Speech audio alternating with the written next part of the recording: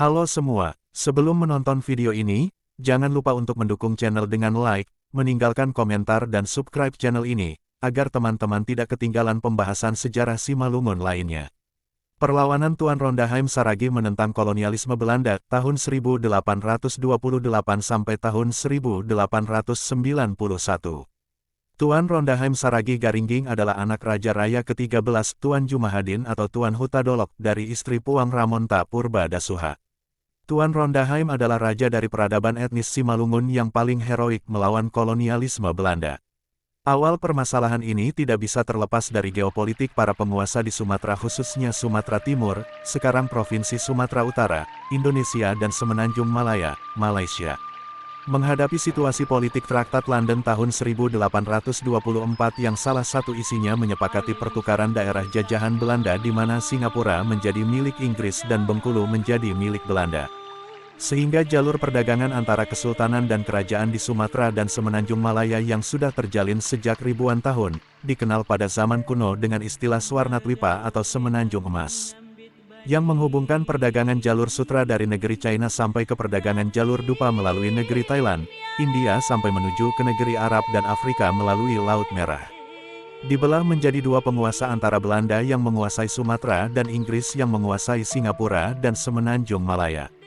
Dan ini dipertegas lagi dengan terbitnya Traktat Sumatera tahun 1871 yang melemahkan Kesultanan Aceh dan menjadikan Belanda menjadi penguasa tunggal monopoli perdagangan di Sumatera. Pada tahun 1862, Kesultanan Delhi sudah menandatangani Akte van Erkenning en Bevestiging sebagai tanda tunduk kepada Belanda dan memberi izin membuka onderneming yaitu perkebunan besar. Situasi inilah yang membuat Tuan Rondaheim sangat anti kepada Belanda karena dampak dari situasi politik ini, sangat merugikan perdagangan dari kerajaan raya. Yang ada di pedalaman Sumatera Timur untuk membawa hasil komoditi produk hutan seperti rotan, gambir, gula merah, kayu manis, sirih, kemenyan dan lada menuju kerajaan Padang Tebing Tinggi Bandar Khalifah dan akhirnya dipasarkan sampai ke Semenanjung Malaya. Menjadi terhambat karena dimonopoli seutuhnya oleh Belanda dan digantikan oleh pembukaan perkebunan besar dengan memanggil banyak investor dari bangsawan Eropa dan Amerika. Pada tahun 1866 sampai tahun 1867 pasukan Belanda yang dipimpin J.A.M. van Baron de Raet menjelajahi daerah Simalungun pesisir yang datang dari Bangun Purba melalui Deli Tua, Tangkahan, Salahbulan, Bukum, Barus Jahe dan Sinaman. Di mana kehadiran pasukan ini mendapat perlawanan yang gencar dari rakyat Simalungun dan rakyat Tanah Karo. Hal serupa terjadi di Kesultanan Serdang, Bedagei dan Kerajaan Negeri Padang Tebing Tinggi. Puncaknya terjadi tahun 1872 meletus Perang Sunggal yang dipimpin Raja Sunggal Datuk Badiu zaman Surbakti. Belanda menyebut perang ini Batak Orlok. Tahun 1882, Tanjung Kasau ditaklukkan Belanda, yang memaksa Kerajaan Siantar dan Kerajaan Tanah Jawa membuat perjanjian dengan Belanda, walau akhirnya perjanjian ini ditentang oleh Tuan Sangawaluh sewaktu beliau naik tahta. Harus diketahui, hubungan politik antara raja-raja Simalungun pada masa itu mengalami pasang surut, para raja melawan Belanda tidak bersatu dan kadang terjadi permasalahan antara raja dan Partuanon. Pihak Raja Siantar beraliansi dengan Raja Tanah Jawa. Pertempuran di Tanjung Kasau membuat dua kerajaan Simalungun ini membuat perjanjian dengan Belanda. Sementara di Dolok Silo, Tuan Tanjarmahi dan Basikana Ompat berhasil memukul mundur tentara Belanda di Raja Payung dekat Dolok Maraja tahun 1889 berkat bantuan Tuan Siriaria dan Tuan Dolok Saribu. Kerajaan Raya beraliansi dengan Kerajaan Panei, Partuanon Bajalingge dan Kerajaan Negeri Padang Tebing Tinggi. Pada tahun 1887 datanglah utusan dari Kerajaan Padang Tebing Tinggi mengunjungi Tuan Rondaheim yang menyatakan bahwa Tengku Nurdin Raja Negeri Padang atas permintaan Sultan Delhi diturunkan dari tahta dan ditangkap oleh tentara Belanda.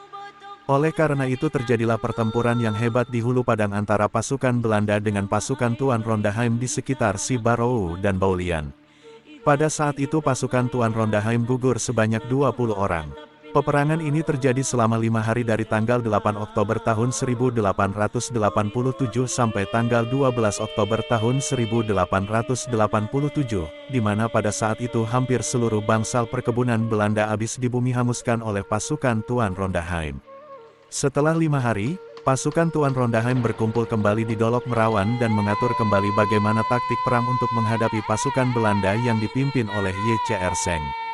Tanggal 17 Oktober tahun 1887 terjadi lagi pertempuran di Dolok Sagala dan Dolok Merawan.